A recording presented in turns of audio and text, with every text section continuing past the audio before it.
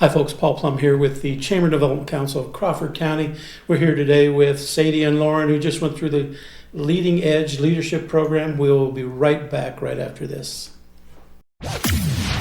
This is Crawford County Connect, the podcast that brings you closer to the heart of Crawford County, brought to you by the Chamber and Development Council of Crawford County. Our mission is to foster connections, celebrate local stories, and explore the diverse tapestry of our region. From the rolling hills to the bustling streets, Crawford County is alive with history, culture, and the spirit of community.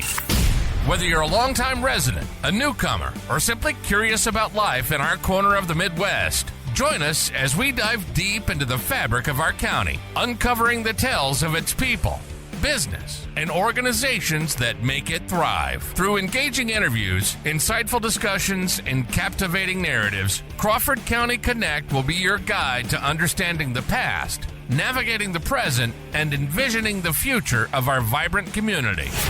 So sit back, tune in, and let's embark on this journey together as we connect, inspire, and empower one another through the stories of Crawford County, Iowa. Welcome, ladies. How you doing today? Good. How are you? Fantastic. Good. Why don't you both give us your background, tell us where you work and what you do there, and kind of go from there. Yeah. So I'm Sadie Reisz. I work at Western Iowa Power Cooperative. I just took on the role as executive support and communication there. So I am part of our leadership team, and they all call me their ringleader. I just kind of... And was that before the leadership program or after? That was actually after the leadership Okay. program was when I Nice. took that new position. And so I just kind of do a lot of things around the co-op, and I manage communication, marketing, HR, there as well. I'm originally from Odebolt, so I'm close to home. Great. What brought you to Denison? I actually, throughout high school, I did live in Denison, Okay. so went to school in Ida Grove. But my husband his family owns a business here in town, so Okay. Very I had to nice. move back for him. Nice. Lauren, how about you? Give us a little about your background. Yeah, so my background, I started at the bake shop back in 2021. Became assistant manager shortly after I started, and then throughout, my years there, I guess it was 4 years that we were in our main location, and then once we started at our new location, well, I guess we haven't started it yet, but once we do start I was going to it, say, are we it's going to leak that today? Are we leaking Yeah, it? Or can we leak it? When's it opening? So, I guess... Yeah, I bet you haven't had that question much recently, have you? Not at all. No. I honestly am a firm believer that everything happens for a reason, and I feel like before this whole entire program, we didn't know exactly if we were going to be moving to a new building, but now that we are, there's going to be a lot more of a leadership role and working with different people. I think that has helped me out a lot, and being in the program and learning about different people has helped me out a lot. Sadie, how about you? What did you think of that? Well, when I first found out about the Leading Edge, Stephanie, my supervisor, also president of the CDC, dropped off kind of the packet and wanted me to make the logo and different things like that. So I was kind of involved that way. And then, after doing that, they thought it was a good thing for me. But really, I just made the logo, and I knew it was some sort of leadership stuff. So I didn't really have any idea, but I was excited to be a part of it. Okay. So Lauren, what motivated you to join? What motivated me to join was I knew that I had wanted to be more a part of the community and just learn about different people in the community and how we can all come together to make that work. Nice.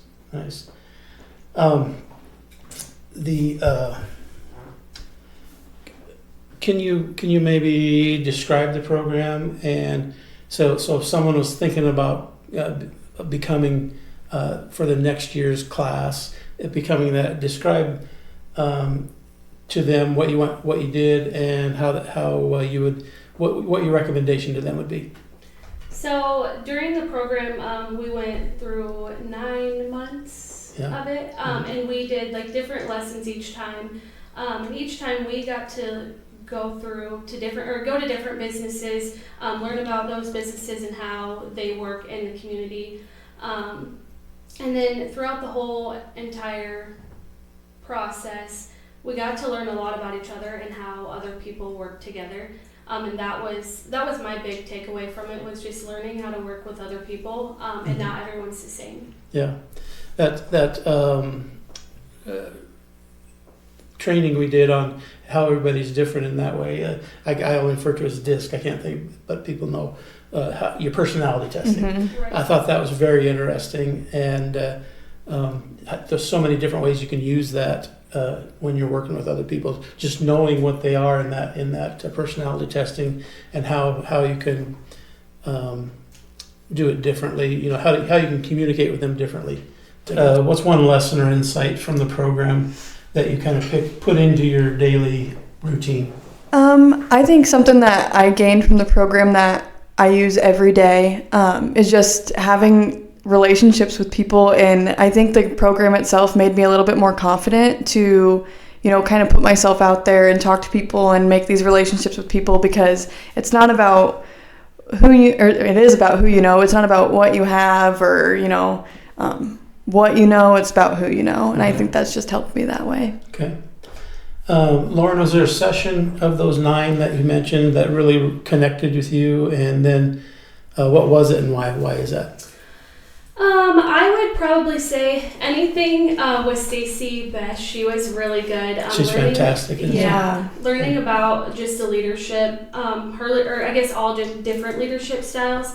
That was really eye-opening, because truly, like, everyone's different and no one works the same. So that was definitely probably the best one. Okay, nice. Sadie, any of those that stand out to you? For our sessions, I'd say I loved everything that Stacy did as well. But probably our session out at Job Corps, I would say, was the most eye-opening or the most meaningful to me, just because I didn't really have an idea of what they did out there, but going out there and getting the tour and learning what they do for those students and out there, I mean, that was really eye-opening for me. Yeah. And sad what they're going through right now. Yes, I know. I mean, especially after learning all that about it. And I do feel like that session too, you know, what maybe a lot of us didn't know what was going on. I do think they got a lot of supporters out of that session. For sure. And how they support the community as well. Yeah, They do a lot for the community. Really Any do. events that you have, they're always willing to help out with them. Yeah, for sure. Any ways the program you feel like helped you grow personally or professionally, Sadie? Personally, I think just being more comfortable with stepping out and being more comfortable being involved. Not that I didn't want to be involved, I just kind of didn't know where to start. Sure. I don't live in Denison, so like just learning about the different opportunities throughout the county and where I can serve and stuff like that just gave me a little bit of that confidence boost to get involved more. Nice. Lauren, how about you? What was the question again? In what ways did the program help you grow personally or professionally? I would say personally, yeah, definitely getting to know like the other businesses. That was very eye-opening, because there's so many businesses in town that you just don't even realize what they do. And when you take the time to go, you know, tour them and meet them, it just opens up that like those gateways into learning about different people in the community and how you can work together as a community, or as, you know, individuals even, to make your community grow. Right. Did participating change how you see yourself at all, or as a leader? Definitely, I would say. I guess when I first started in any type of leadership role, a lot of people take it as like when you become like a manager or assistant manager, people think it's about, you know, being a boss, and it's so much more than that. It's about leading your team, leading your people, and just, I mean, overall, just working together. I heard, I don't remember whose podcast it was. I listen to podcasts on the way to and from work a lot, and one of them mentioned their business quit using the word manager and started using the word leader, and replaced that with it, and I thought that was a great idea. Volunteer. Yeah, what did we call ourselves? Not volunteers, we called ourselves ambassadors, community ambassadors. Yeah, community ambassadors. Get volunteered. Yeah. Sadie, what kind of connections did you build through the program? I think like with the group of gals that we had was amazing. I just felt so much like support, and I would say, yeah. And I mean, and I know some of you knew each other beforehand, but not everybody. And for me, it was neat to watch. That first week everybody's a little guarded. The second week is a little more open. By the third and fourth week, everything it was all out. Yeah. No, say whatever you want and have a discussion about it. Everyone got along great. Yeah, I feel like I knew of the gals that we were gonna Lauren and I actually went to high school together. Really? But I knew some of the gals, just knew of them. But like being able to build that relationship on a that sort of like professional level too, I think also helped us personally. Mm-hmm. And now I know who to reach out for. Different things. I think it really helps. Mm-hmm. You, Lauren, you mentioned you're now kind of taking over with that new project at the bake shop. Right. Do you feel like the program's helped you in that situation at all? Yeah, I would say the program definitely helped me. Like I said, not everyone is the same. And just getting to know each person on different levels and how they work is very important, and I feel like the leadership program definitely helped me see that. Nice. And what surprised you most about the program? I would say what surprised me the most was probably the amount of people that are not involved versus the amount of people that are involved. I guess volunteering, honestly, to me, I love it. I think it's fun, and you get to learn about, the different people in your community. Just coming together just to make your community thrive is important to me. So I think that was one of the things that probably surprised me the most. Mm-hmm. Sadie, how about you? What surprised you most? Oh boy, I don't know. I just think how well we all work together, and just the different things that, especially when we were working on our project, how many different things that we want to see for our community, and like how many opportunities there are for things to be done, and just working on that stuff together. Mm-hmm. How would you say the program strengthens our community as a whole? I would say just getting, people out there that maybe, kind of like me, that were a little bit worried to get involved, didn't know how to get involved, and it kind of gives you that avenue to get more of like younger people and stuff involved in stuff, different things in the community. Yeah. How about you, Lauren? Same question. How would it strengthen the community? It would strengthen the community. I guess, just people getting involved together. If you don't ask questions, you're never going to know. I think so. Just getting out of your comfort zone and asking people, how can you get involved, or just joining the leadership program, trying it out. You learn honestly so much throughout the program. Mm-hmm. So and one thing along those lines that I kind of struck in my mind, because we tossed around the idea, is this the right year? I was fairly new when we first started this. Stephanie, your boss, was kind of pushing for this, right? Her baby, she wanted to get it going. Yeah. So we went ahead and did it. But after the fact, my thinking was, 10 years from now, after 10 classes go through that, what an impact that will have. Mm-hmm. Like Carol's gone through 20 years of leadership programs. So, just all those people that are involved with that, how big of an impact that will have as collectively. For sure. Yeah. So, would either of you recommend the program? Absolutely. Yeah. No, I'm just kidding. Yes, for sure. It's very eye-opening. Okay. What would you tell somebody else considering it? Say, I would just say don't be afraid to put yourself out there. Don't be afraid to go to your supervisor and say, I think this would benefit me. I think the more people we get involved, the more are people going to want to stay around. More people are going to be out there doing things that our community needs. We had a list of things that we were like, this would be really cool to have when we were doing our project. And there's so many more options. And if you had 10 years of this program, that's 10 projects, and how great the community would be. Yeah, tell us a little bit about those projects, either one of you. About the projects that we did, or about just different projects? The projects that you did, the project that you did. So. Yeah, so we did the mural project, which is right up, uptown here in Denison. And that, so at the beginning we had to come up as a group with a project to do together. And, that's kind of hard sometimes when you're trying to work together and coming up with a project and having all hands on deck. And, so we did that project together. We had probably 10 different projects that we were deciding on. Yep, and then, putting feedback out on, getting feedback from the community and stuff, and that just kept, we had a whole list. Yeah, so we had the whole list, but the mural project was the one that we did, and we just had to work together and, divide up into different groups to be able to get it all done and get it all done in a timely manner. So, Tell me about the project. How'd it go from start to finish? So from start, we just kind of divided into groups. Some people handled funding, some people handled permission, some people handled design, and kind of all bounced back to each other. At first, I'm not gonna lie, it was a little bit slow. I think we all just we're like, okay, we have this done, but now what? And so then we all had to kind of work through and do that. Get the permission from the city, get the permission from the owner, all those types of things. Yeah. I did have just so you two know, and everybody else knows, I was doing a podcast this morning, and the gal says, before we got started, by the way, who did that? We had a mural down there. That's cool. So people are noticing it. Good. Yeah. It was a lot of fun. And I think, honestly, the painting and kind of doing all that together is what brought our group the closest, is just that hands-on, and we were out there when it was cold and rainy and windy, and trust me, I mean, that really gets you close. Yes, for sure.